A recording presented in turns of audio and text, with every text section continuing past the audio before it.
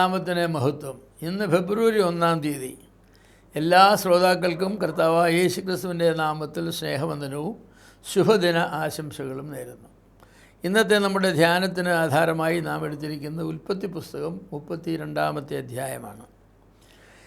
യാക്കോബിനെ ഇസ്രയേലായി രൂപാന്തരപ്പെടുത്തുവാനായിട്ട് ദൈവത്തിന് പല പ്രവർത്തനങ്ങളും ചെയ്യേണ്ടതായിട്ട് വന്നു.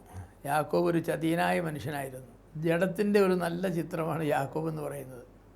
ഏശാവ് രക്ഷിക്കപ്പെടാത്തൊരു മനുഷ്യൻ്റെ ചിത്രമാണ്. എന്നാൽ യാക്കോബ് ജഡികനായ ഒരു മനുഷ്യൻ്റെ ചിത്രമാണ്. സൂത്രങ്ങൾ ഉപയോഗിച്ച് കാര്യങ്ങൾ നടത്തുക, നീതിന്യായം ഒന്നുമല്ല അതെനിക്കുണ്ടായിരുന്നത്. എനിക്ക് കാര്യസാധ്യത്തിന് വേണ്ടി എന്ത് മാർഗ്ഗം ഉപയോഗിക്കാമെന്ന ഒരു ദൈവവിധലായിരുന്നു യാക്കോബ്. എന്നാൽ അവനെ ഒരു ദൈവത്തിൻ്റെ പ്രഭുവായി മാറ്റുവാനായിട്ട് ദൈവത്തിന് ഒരുപാട് പ്രവർത്തിക്കേണ്ടത് ആവശ്യമായി വന്നു.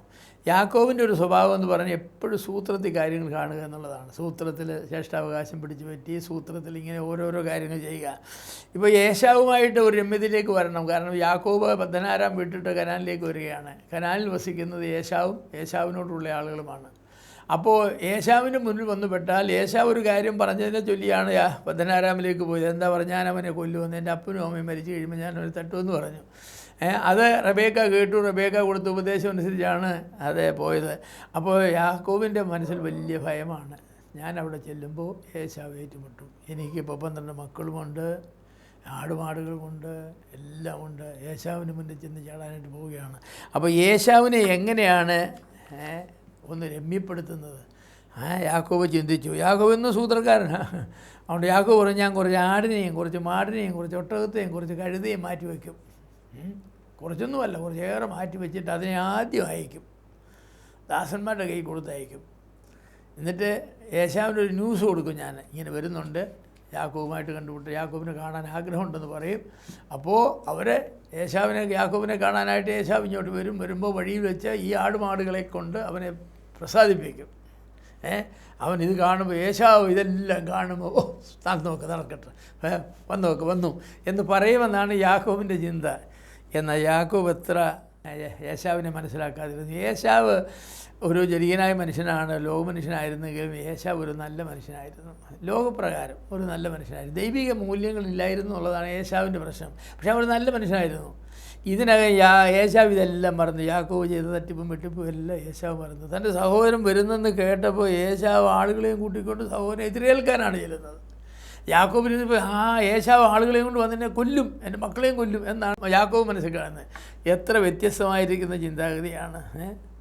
അപ്പോൾ യാക്കോബിൻ്റെ പ്രാർത്ഥന ഹൃദ്യമാണ്.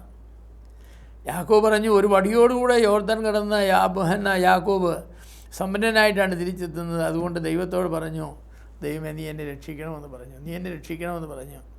അപ്പോൾ യാക്കോബിനെ പക്ഷേ ഇസ്രയേലാക്കണമെങ്കിൽ ദൈവം അവനുമായിട്ട് എന്തെങ്കിലും ഒന്ന് പ്രവർത്തിച്ച് വെക്കും. അതുകൊണ്ട് ദൈവം ഒരു യുദ്ധത്തിലാണ് ഏർപ്പെട്ടത്, ദ്വന്ദ്വയുദ്ധം. യാക്കോബ് ഒരു മനുഷ്യനായിരിക്കുന്നത് പോലെ കർത്താവ് പറഞ്ഞു, ഞാനും യാക്കോബിനെ പോലെ ഒരു മനുഷ്യനായിട്ട് യാക്കോബിനോട് യുദ്ധം ചെയ്യും. യാബോക്ക് കടവിൽ വെച്ച് ഭാര്യയും മക്കളെയും ആട്ടുകൂട്ടത്തെ എല്ലാം അക്കരെ കടത്തി യാക്കോബ് തന്നെ ഇക്കരയായി. അപ്പോൾ യാക്കോബ് കിടക്കുന്നതിന് മുമ്പ് ദൈവം മനുഷ്യരൂപത്തിൽ വന്നിട്ട് എന്ത് ചെയ്തു? യാക്കോബുമായിട്ട് കയറി പിടിയായി. ഭയങ്കര യുദ്ധമായി, ദ്വന്ദ്വ യുദ്ധം നമ്മൾ പറയുകയില്ലേ. ഒരു വിധത്തിൽ ദൈവത്തിന് യാക്കോബിനെ ജയിക്കാനായിട്ട് കഴിയും. ദൈവത്തിൻ്റെ ശക്തി ഉപയോഗിച്ച് രക്ഷിക്കാൻ കഴിയും, തോൽപ്പിക്കാൻ കഴിയും. പക്ഷേ മനുഷ്യനെന്ന നിലയിൽ ഒരു യാക്കോബിനെ പോലെ ഒരു മനുഷ്യനായിട്ട് ദൈവം തീർന്ന് യുദ്ധം ചെയ്താൽ യാക്കോബിനെ തോൽപ്പിക്കാൻ ഒക്കില്ല. യാക്കോബ് അത്ര ശക്തനാണ്. യുദ്ധം ചെയ്തിട്ടില്ല. നേരമൊക്കെ വിളിക്കാറായപ്പോൾ അവസാനം ദൈവം പറഞ്ഞു, മനുഷ്യൻ എന്ത് പറഞ്ഞു, എന്നെ വിടിയാൻ പോകാമെന്ന് പറഞ്ഞു. യാക്കോബിൻ്റെ വിടത്തില്ലെന്ന് പറഞ്ഞു, നീ എന്നെ അനുഗ്രഹിച്ചേ വിടത്തില്ലെന്ന് പറഞ്ഞു. കാരണം അതിനുള്ളിൽ ദൈവം തോൽപ്പിക്കാൻ കഴിയില്ലെന്ന് കണ്ടപ്പോൾ ദൈവം തൻ്റെ ദൈവത്വം ഉപയോഗിച്ചൊരു കാര്യം ചെയ്തു. യാക്കോബിൻ്റെ തുടയ്ക്കുള്ളതായിരിക്കുന്ന ഒരു ഞരമ്പേൽ ഒന്ന് ഞെക്കി കൊടുത്തു. അങ്ങനെ ഒരു ഞരമ്പുള്ളതായിട്ട് ദൈവത്തിനെ അറിയത്തുള്ളൂ. അത് യാക്കോബിനറിയാം. യാക്കോബ് ഗുസ്തിയൊക്കെ പഠിച്ചെങ്കിലും ആ ഞരമ്പ് തുടർന്ന് ഗുസ്തി പഠിച്ചിട്ടില്ല. അതുകൊണ്ട് ദൈവം ആ ഞരമ്പിൽ പിടിച്ച ഉടനെ അവന് പിന്നെ ഒത്തി നടക്കത്തുള്ളൂ. അവൻ അനങ്ങാൻ വയ്യാതെയായി. അപ്പോൾ അവന് കാര്യം മനസ്സിലായി, ഇത് വെറും മനുഷ്യനല്ല. അതുകൊണ്ട് പെട്ടെന്ന് ദൈവത്തിൻ്റെ ഒരു തിയോഫനിയാണ്, ക്രിസ്റ്റോഫനിയാണെന്ന് മനസ്സിലാക്കിയിട്ട് യാക്കോബ് പറഞ്ഞു, എന്നെ അനുഗ്രഹിച്ചിട്ടല്ലാതെ ഞാൻ നിന്നെ വിടൂലെന്ന് പറഞ്ഞു. നിന്നെ ഞാൻ വിടണമെങ്കിൽ എന്നെ അനുഗ്രഹിച്ചിട്ടേ വെക്കുമെന്ന് പറഞ്ഞു. ഉടനെ ദൈവം ചോദിച്ചിട്ട് പേരെന്താണെന്ന് ചോദിച്ചു. യാക്കോബൻ ചതിയൻ വഞ്ചകനല്ലേ? ഇല്ല, നിൻ്റെ പേര് ഞാൻ മാറ്റിയിരിക്കുന്നത്, നീ ഇസ്രയേൽ എന്നാണ് നിൻ്റെ പേരെന്ന് പറഞ്ഞു. അങ്ങനെ ദൈവം യാക്കോബിനെ ഒരു പുതിയ വ്യക്തിയായിട്ട് രൂപാന്തരപ്പെടുത്തുകയാണ് ചെയ്യുന്നത്. ഞാൻ പറയാം, ദൈവത്തിൻ്റെ വാഗ്ദത്ത നാട്ടിലേക്ക് വന്ന് ദൈവത്തിൻ്റെ വാഗ്ദത്തം കൈവശമാക്കണമെങ്കിൽ ജഡികനായ യാക്കോബായിരുന്നാൽ സാധിക്കുകയില്ല, ആത്മീകനായ ഇസ്രായേലായെങ്കിലേ സാധിക്കൂ.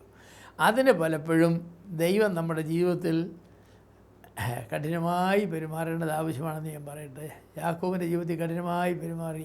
അന്ന് യുദ്ധം ജയിച്ചവൻ ജയിച്ച് വരികയാണ്. പക്ഷേ ദൈവം കയറി ഒരു പിടി, എവിടെയാണ് ഞരമ്പ് പറയുന്നത്, തുടയരമ്പെന്നാണ് പറയുന്നത്, തുടയ്ക്ക് ഞരമ്പിന് കയറി ഒരു പിടി പിടിച്ച് രക്തോട്ടം അങ്ങ് നിന്ന് താഴെ നിന്ന് മേപ്പെട്ടുള്ളത് അവൻ്റെ കാലങ്ങ് പെരുപെരുത്ത് പോയെന്ന് പറയില്ലേ, അവൻ അനങ്ങാൻ വയ്യാതെയായിപ്പോയി. അപ്പോൾ അവനൊരു കാര്യം മനസ്സിലായി, ഇത് സൃഷ്ടാവിൻ്റെ കൈ തന്നെയാണ്. ലോകത്തിലൊരു മനുഷ്യനും അറിയാൻ വയ്യാത്ത ഞരമ്പാണ് അവൻ കയറി പിടിച്ചത്.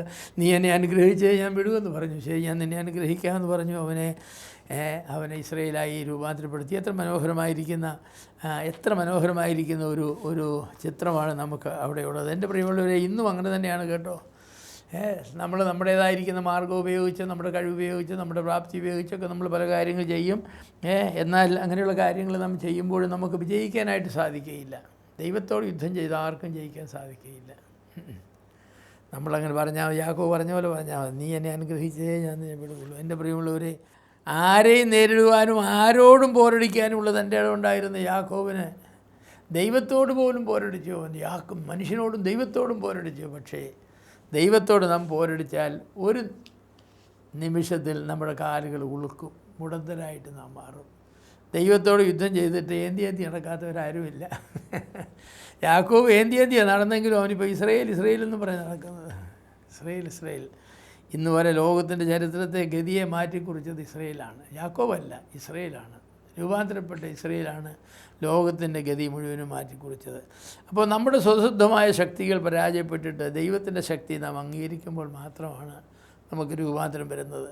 നമുക്ക് ശക്തിയുണ്ട്, എനിക്ക് കഴിവുണ്ട്, എനിക്ക് ബുദ്ധിയുണ്ട്, എനിക്ക് പണമുണ്ട്, എനിക്ക് സ്വാധീനമുണ്ട്, എനിക്ക് ബന്ധുമിത്രാദികളുണ്ട് എന്ന് പറഞ്ഞ് നാം നമ്മുടെ വഴിക്ക് കാര്യങ്ങൾ നടത്തുവാനായിട്ട് ശ്രമിക്കുന്നത് നിർത്തിയിട്ട്, ദൈവമേ നീ എന്നെ അനുഗ്രഹിച്ചെങ്കിലേ ഒക്കൂ, നീ തരാതെ എനിക്കൊന്നുമില്ല, ഞാൻ അശക്തനാണ്, ഞാൻ ബുദ്ധികെട്ടവനാണ്, എനിക്ക് ബലമില്ലാത്തവനാണ്, എനിക്ക് മനോധൈര്യമില്ലാത്തവനാണ് എന്ന് നാം ദൈവത്തോട് പറയണം.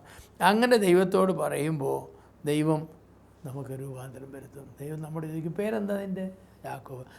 ചതിയനല്ലേ, വഞ്ചകനല്ലേ, ശരി, നിന്നെ ഞാൻ മാറ്റാൻ പോവുകയാണ്, നീ ഇന്ന് മുതൽ ഇസ്രായേലാവും എന്ന് ദൈവം പറഞ്ഞ് നമ്മെ മാറ്റും. നമ്മുടെയും ജീവിതത്തിൽ അങ്ങനെയുള്ള രൂപാന്തരങ്ങൾ സംഭവിക്കേണ്ടത് ആവശ്യമാണ്. ദൈവം ഉപയോഗിക്കുന്ന ഏതൊരു മനുഷ്യനും ദൈവത്താൽ രൂപാന്തരം പ്രാപിച്ചവനാണ്. നമ്മുടെ സ്വശുദ്ധമായ കഴിവുകളൊക്കെ ദൈവം വിശുദ്ധീകരിക്കും, ദൈവം ഉപയോഗിക്കും. പക്ഷേ ദൈവം വിശുദ്ധീകരിക്കാതെയും ദൈവം ഉപയോഗിക്കാതെയും നമുക്ക് അത് പ്രയോജനമായി തീരുകയില്ല. അതുകൊണ്ട് രൂപാന്തരം പ്രാപിച്ച ദൈവമക്കളായിട്ട് ജീവിക്കുവാൻ ദൈവം നമ്മെ സഹായിക്കട്ടെ.